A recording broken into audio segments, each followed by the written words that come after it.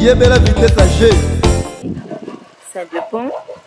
Change la couleur, elle sera toujours verte. Elle a toujours verte, les légumes nabiso. On va mélanger ça.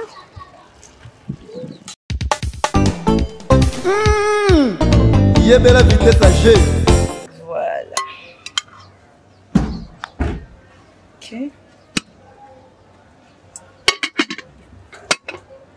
Et maintenant, oyo, ils a légumes nabiso. Légumes verts nabiso yango yo. Yébela vitesse à G. Yébela vitesse à G. Bana kini, bana poto, wapi partout, bisika bozali. Vraiment, site na bino yango yo. Site malonga. Congo Suisse TV. Mon côté et kokani na yango. Donc mutu nyonso koto koyoka basolo kitoko. Okolanda basolo kitoko, émission kitoko. Ya bino yango yo. Donc musu se zati. Donc boko senti bilengi nango, boko découvrir masolo ebele, boko mona makabo ebele donc sepeli sabino et longola bino ma basusi banine. Donc site na bino yango yo. Boyoki yango hein. Bisous bisous. Bisous bisous bisous bisous bisous bisous bisous bisous bisous bisous. Bulukutu te. Yena Congo Suisse TV. Bulukutu, ça c'est du bio. Et nous là ça que Congo Suisse TV, c'est du bio. Kuna Todiaka ya ba chambre froide de thé. Vraie information. C'est Congo Suisse TV. Bulukutu. Et yoka soya Congo Suisse TV. Tsunga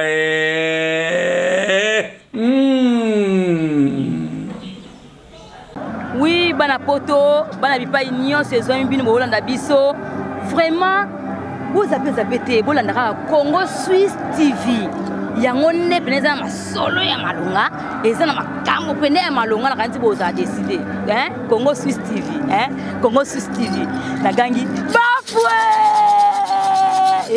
Yongo mbio muntu. Alors, bienvenue Bandeko Balandi à Congo Suisse. Merci mingi pour la fidélité na bino, ba abonné na biso surtout na pesi bino mbote et na pesi bino merci mingi parce que vous awana pour na kolanda biso. Soki bino te biso pe tokozala na bateau to pesi la sangote. Soki pe biso te boza pe sangote boza pe ba émission ya lengi pe ya malamu oyo lokutaka awa na kati ya chaîne na biso te. Yango wana nazala toujours reconnaissant et on peut merci pour la fidélité na bino et pas na biso. Émission Lelo, eza émission moko très spéciale, très spéciale pour na ba maman na biso, pour na ba tantine, pour na ba madame, papa pour na ba papa pe lokola. Émission na biso Lelo, émission ya cuisine, émission Elubu.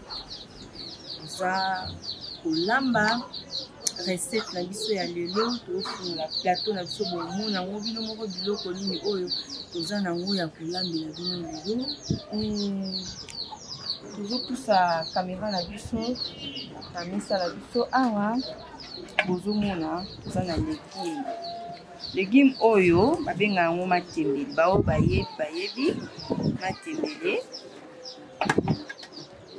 awa toyi na loso na biso tolia légumes na biso bien sûr na loso awa toye na poulet accompagnement ya biloko na biso yango yo poulet oyo tosala yango ya otumba tokotokisa yango tout d'abord après avoir kotokisa yango tokotia yango na grillage na biso omoni awa tiango na grillage na grillage totumbi yango malamu penza et kozala nango servi. Voilà awa na kati ya plateau na biso bozomona oyo eza ba condiment oyo tokolambela oyo eza litungulu na biso tokolambela légume, tomate na biso tokolambela légume, basolo tokotia na légume, cube na biso yango cube ya légume oyo piment oyo totia pe na légume ndembi yango tokokabola une partie totie na légume, une partie tokotokisa yango na poulet na biso bien sûr. Awa eloko tokotokisela tokoassaisonner na poulet na biso eza tangawisi yango oyo ya mokie na condiment oyo eza ya poulet eza ndenge eza wana eza mélange ya matungulu, mélange ya ai, mélange ya ndembi, eza na mélange ya épices ebele na kati awa eza en poussière tokoassaisonner na poulet na biso avant kotumba yango oyo ndembi oyo tokotia yango nyonso na nini te na légume te, une partie tokotokisa yango na poulet na biso avant kotumba, une partie tokotia yango mpe na légume. Voilà oyo huile oyo ya légume na biso poulet ozala nango na posa ya huile te parce que ere kotoka ebimisa mafuta na yango moko, mafuta wana nde tokotumbela yango, tokopakola yango na grillage puis tokotumba yango na mafuta na yango moko, ezalaka déjà na mafuta na yango moko, yango eza yango na problème te, eza na problème na mafuta te. Voilà, maintenant tofungola sikoyo cuisine na biso entière, topelisa moto, tobakotia banzungu na biso sikoyo likolo ya moto tobanda kolamba. Restez branché bino baoyo eza maliboso bokutana libaku ya kokutana na chaîne na biso na kati ya telefone na bino na baposte télévision na bino bokosana te kosabone massivement, botika bacommentaire baremarque na bino bacritique na bino ekozala le bienvenu. Merci beaucoup. Yebela vitesse G. Voilà, moto na biso yango oyo tozopelisa déjà pesa moto na biso à la congolaise. Comprenez que mopepe eza mwa mbuyema ya mopepe ezoboma moto, mais quand même tokoresir dans opelisa yango.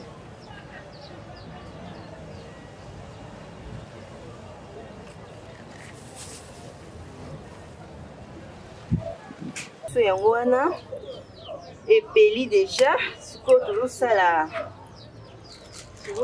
poulet misango na sachet. Voilà,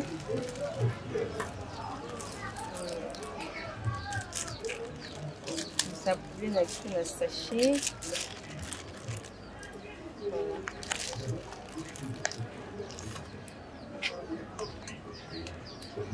Kosukola yango mpona mwa bazei wana, kosukola yango très bien.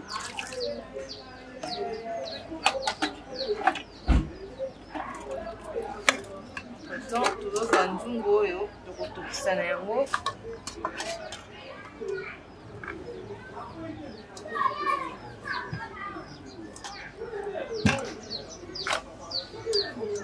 Voilà,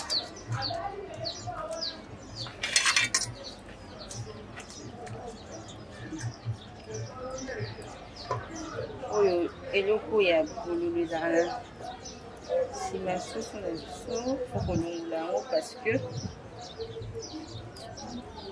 soki totiki yango soso ekozala bololo, po toujours kolongola eloko oyo. Voilà, yango oyo mwa bapoile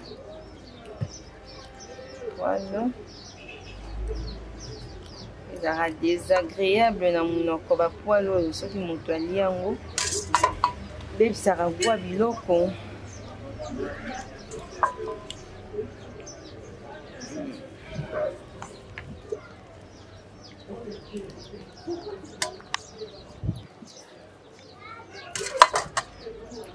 Dakisa mwa mai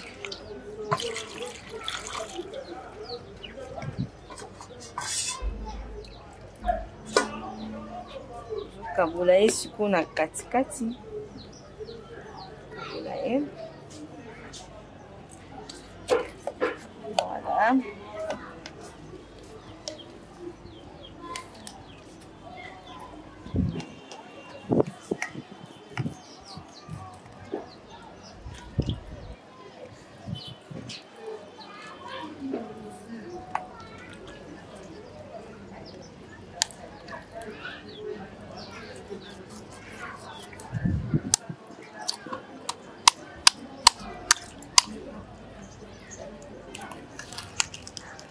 Voilà.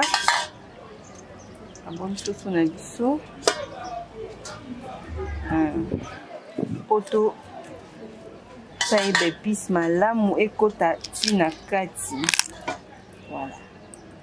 Kati ya soso na biso yango oyo. Ba biloko ya basalite ya kati po kolongola.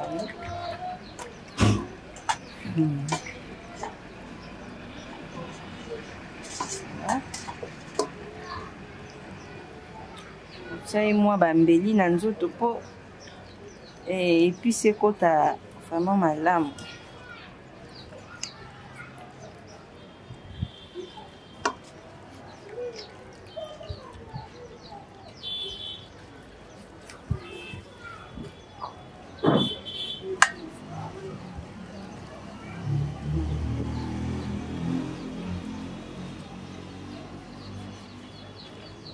Voilà, comme une étape, il y a pour assaisonner pour les alliés. Ingrédients on a présenté qui n'a début. Ils ont un mélange à épices belé, ce que il y a. Ils ont un mélange à ail, oignon, cube, céleri. Ils ont la carte. On dit, on a la ligne.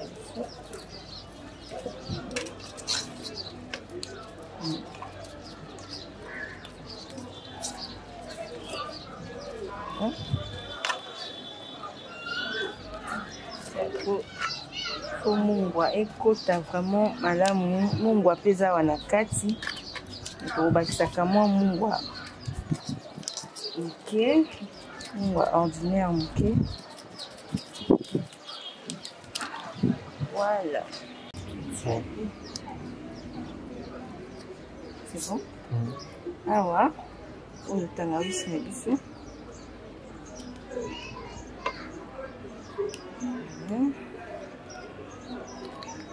Pour l'onglet, pour sauter, pour nettoyer, caca, pour tout tailler, pour sonner. Pour la saveur na iwana.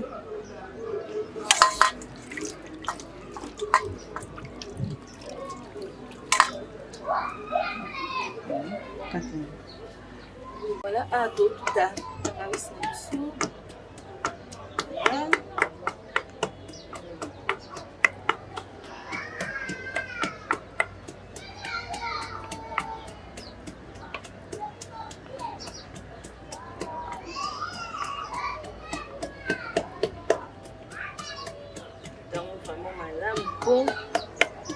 ekota bien na kati ya poulet.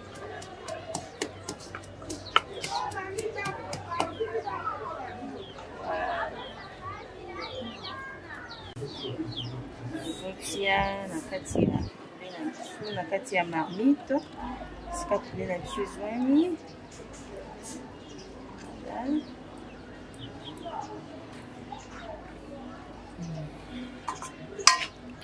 Oyo ndembi otokisa nango.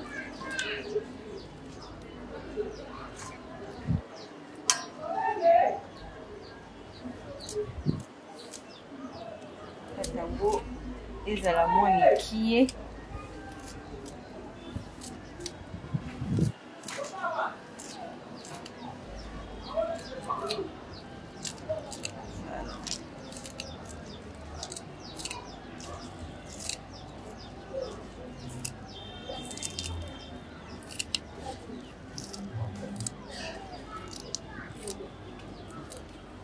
C'est bon.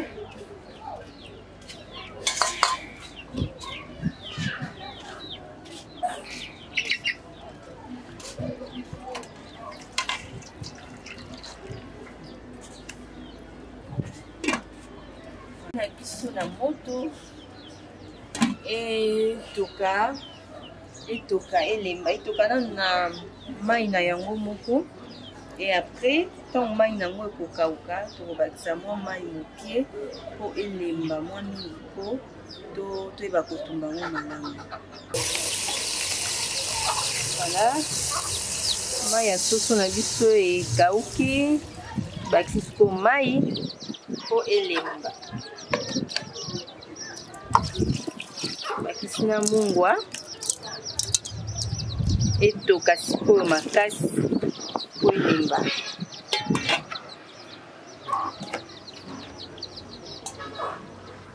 Voilà, ekomi na moment ya légume na biso. Ça légume na biso, matembele na biso. Voilà. Longola ngo ba poso.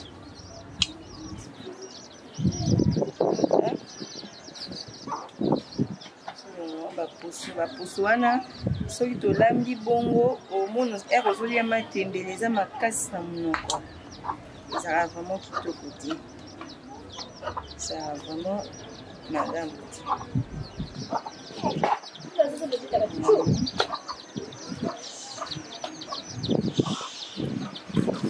Ozolanda émission kokosana te kosabone. Landa émission kasi tia mosapi likolo wana osabone directement po esala bien o rater la suite ya bémission na biso te. O rater makambo o elekaka na kati ya Congo Suisse te.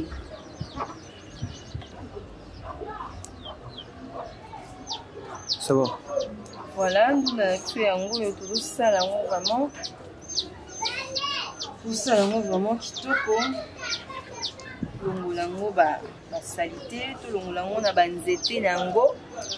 Longoli basinga oyo. Singa oyo. Longoli yango. Matembele na biso. Tobongisa yango malamu po elia mape kitoko.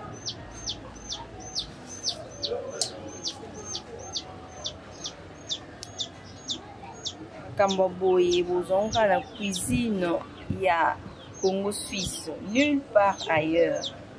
Baripa ya boye. Nulle part ailleurs.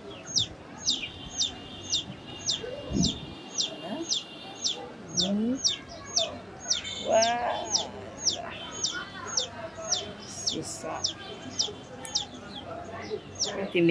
Matembele na biso yango moko eza nango déjà pété. Eza déjà pété. Eza matembele moko ya sika. Olamba makitoko.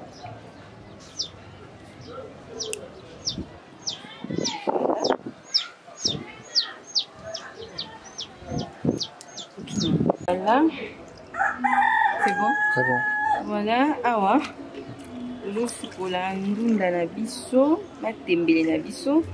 Ça c'est la deuxième fois to passer yango na mai. Boyebi kaka na wenze ndenge za bazelo, ba poussière.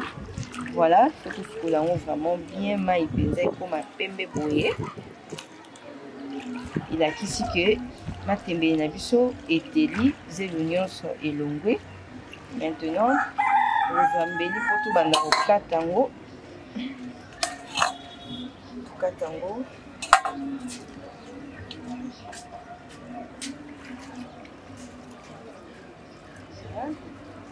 Une quantité. Divisons d'abord par 2 bouillées.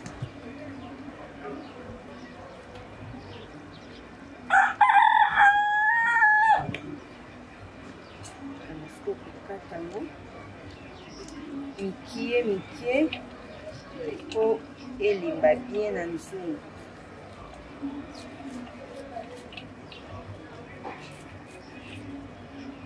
Attention aux okata, il faut faire attention na mbeli na yo po ko pe kozoka.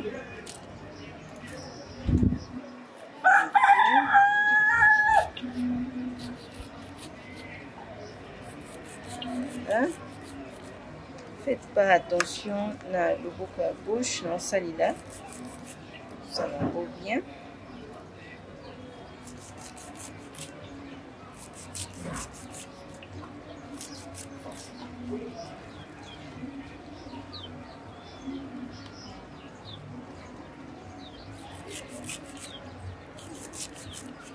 Voilà.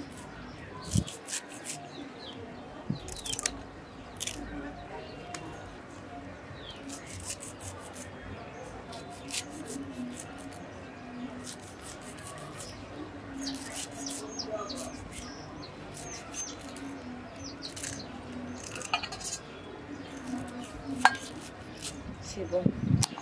Voilà, poulet na biso. Zaro tala yango soki elembi. Voilà. L'axe qui est poulet na biso esi elembi. Tokotia yango sikoyo na grillage. Oto banda ko tumba. Voilà. Voilà. Boko bakokata matembele na biso. On a déjà poulet ebeli. Poulet esi etumbami bomoni. Poulet esi ebeli. Totikali sikoyo na matembele na biso. Kata yango. Tia yango na moto etoka.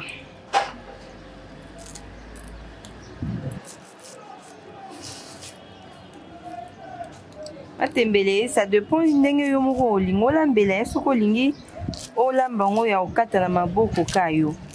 Soko olingi olamba ngo ya okata na mbeli ndenge na osala boye et dépendre na yo na cuisine na yo ndenge olingeli ndunda na yo ebima. Voilà. Parce que oyo tokolia yango na loso yango moni na kati yango mikie boye po totia yango likolo ya loso ya minene wana eza mpona kolia na fufu na ba-accompagnement mosusu, mais mpona loso il faut kokata yango toujours boye po esala bien.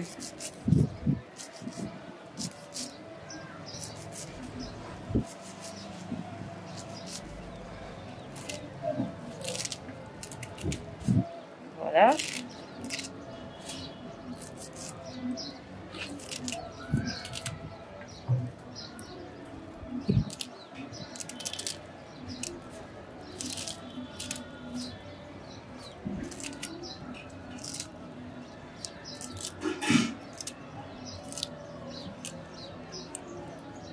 Voilà, on a fini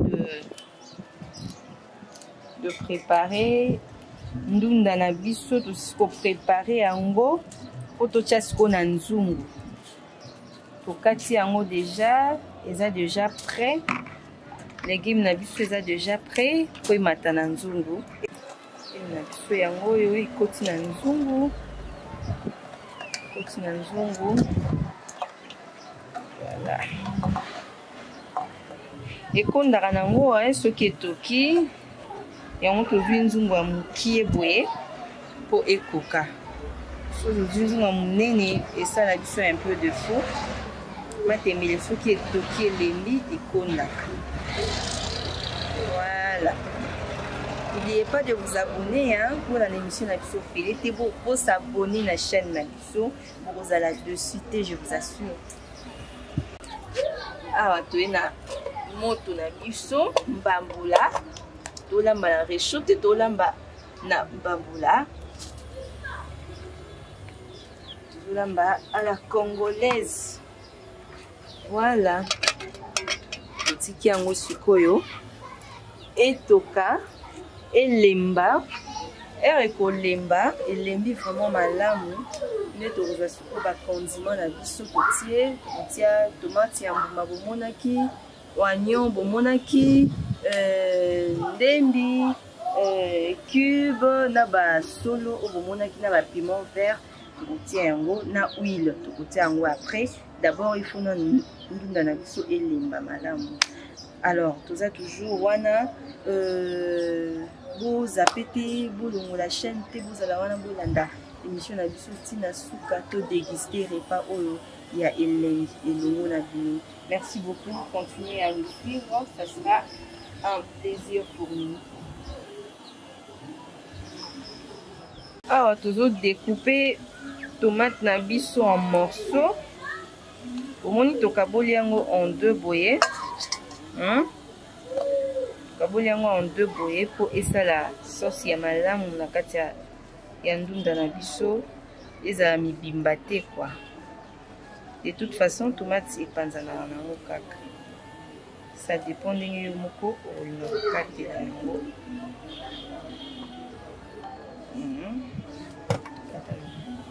Awa toza na litungulu na biso o bomonaki na début na présentaki yango sina longoli yango poso déjà yango toza kokata voilà tozokata yango en rondelle ezala rond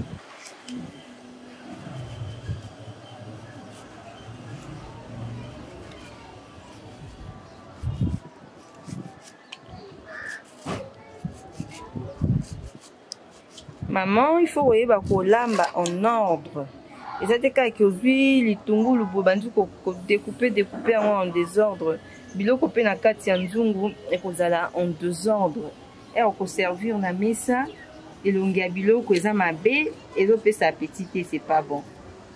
Il faut découper les condiments en ordre. Voilà.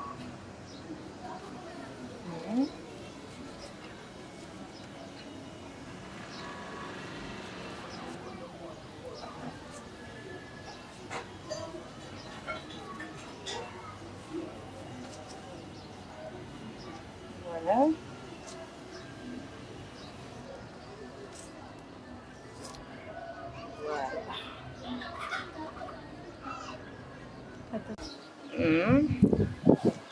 Yango balongola yango pour sauter.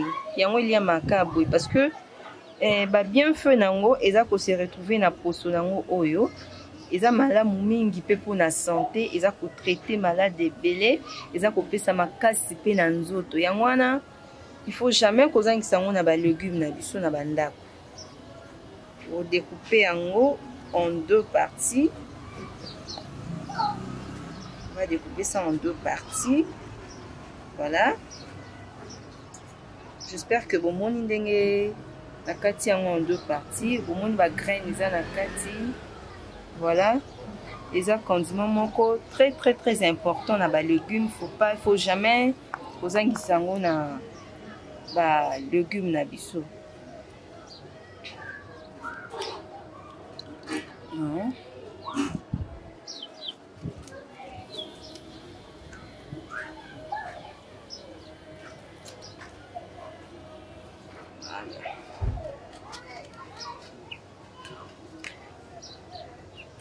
Aujourd'hui, nous sommes le 4 décembre. Toza ko poussa na pene na ya ba fête na biso et à fin de l'année. Je profite de l'occasion de vous souhaiter bonne année d'avance. Bonne année à Batunio, dans quelques jours. Nous allons au quota 2023, bien sûr, et l'ongo na bino. Voilà, oeza piment vert na biso.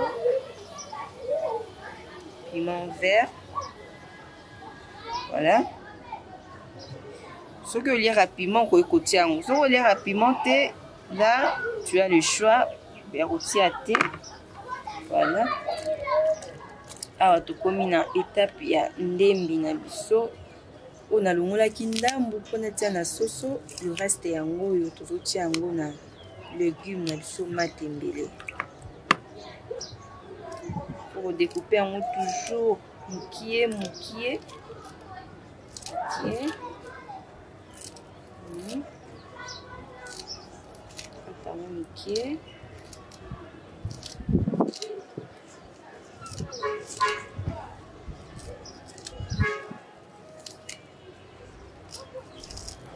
Meilleurs vœux à tout le monde.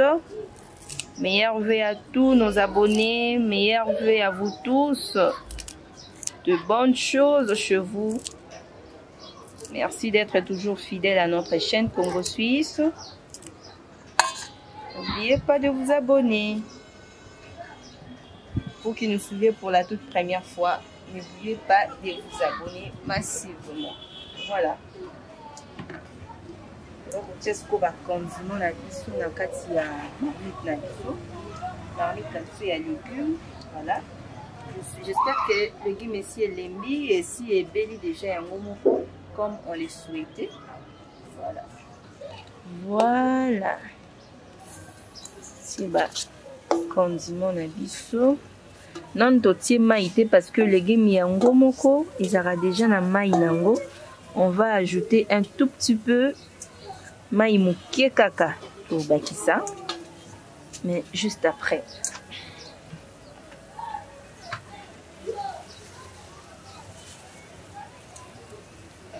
Bochasko mafuta na biso. Totie mafuta.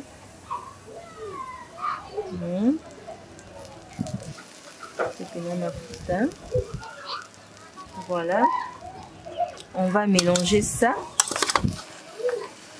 On va mélanger.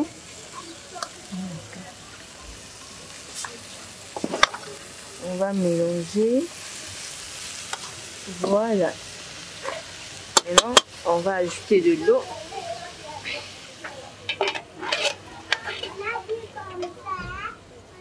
Maintenant, on va ajouter de l'eau. On ajoute de l'eau pour que ebim c'est la biso sauce hein. Le légume est que la sec thé parce que le légume est à sauce. Voilà. Roti kango sikoyo etoka. Mayo bozo mona mai mususu kobota parce que légumes ils aura déjà na mai na ngwe botaka déjà.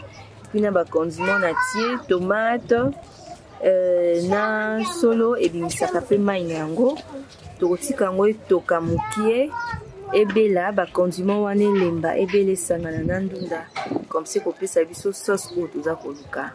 Merci bien. Voilà, awa toye kotia mungwa légume na biso bomoni quantité ya mungwa totie mungwa tokotia mbala moko cube na biso ya légume. Le légume na biso dans 5 minutes ezobela nango. On va mettre tout directement et tout cas pendant 5 minutes et ça sera servi. Voilà, pour le cube na biso, cube ya légume au moins ndenge eza vert. Voilà. De toute façon, les légumes na biso matembele échangera nango couleur té. Ato au fini ki yango échangera nango couleur té. Ato tie na yo cube té, ça dépend. Échangera la couleur té, ça sera toujours vert. Voilà, toujours verte les légumes na biso. On va mélanger ça. On va mélanger. Mungu ekota vraiment malamu nakati ya ndunda na biso. Voilà. Voilà. Soso na biso yango yo. Tozotumba yango esi ebelaki. Maintenant, on a grillage. Pour na kotumba yango. Tokolia légumes na biso na soso ya kotumba. Oh, eza sauce na tokiselaki soso yango yo ezobakisa yango likolo ya soso mpo ebakisa goût na yango. Voilà.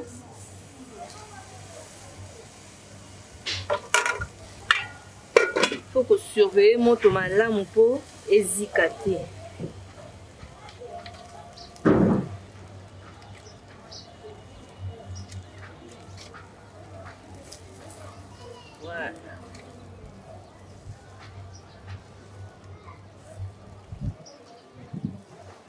Voilà, poulet na biso yango yo. Omoni ekomi déjà pene ya kobela. Voilà. Totika yango et grillé lisu moke. Et bela penza malamu. Voilà. Voilà, omoni que soso na biso ebeli. Si ebeli. Ensuite totika yango susu moke omonake ekozika. Voyez déjà, c'est déjà mangeable. Voilà, pour servir vraiment sur la mesa. On a dégustation à vous. Pour découper ce nabiso en deux. Pour tout servir en haut. Bien. On va servir à vous. Mais d'abord, pour tout quatre en deux parties. Pour et pour ta sani parce que ils ont mis. Voilà. On a fait ça divisé en deux.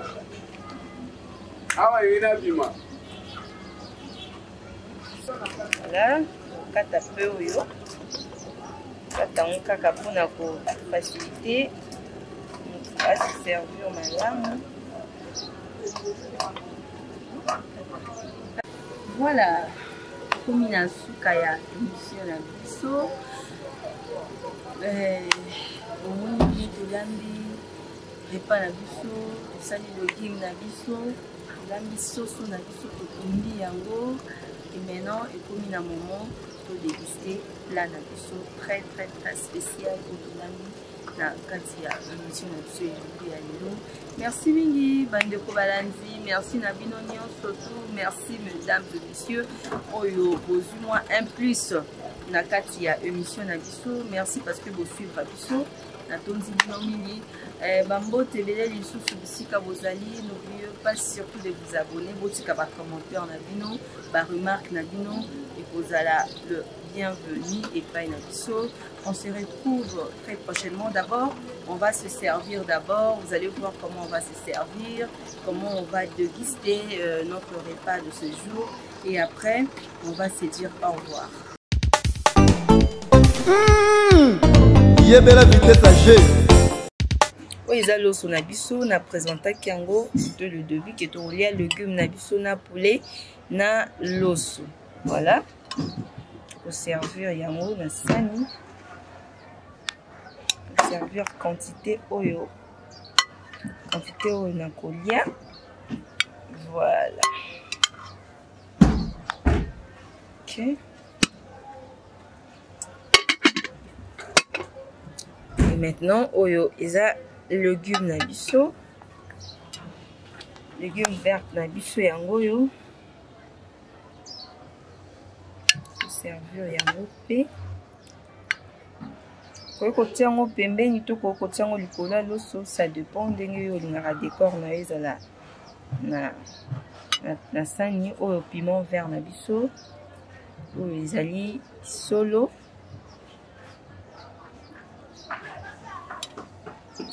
Voilà, je vais ajouter un tout petit peu l'huile, il y a sauce et il y a légumes.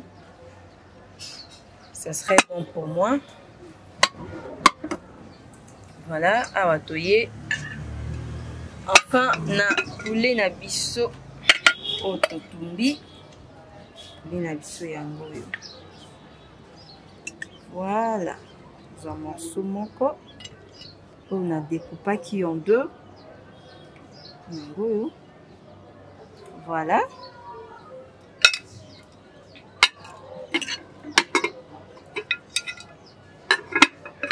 Voilà.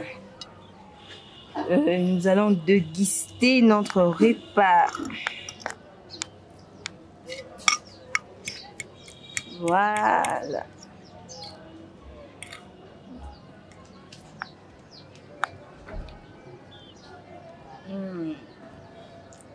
C'est très bon.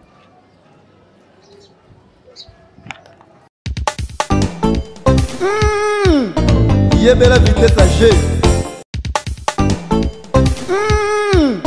Yebela vitesse âgée.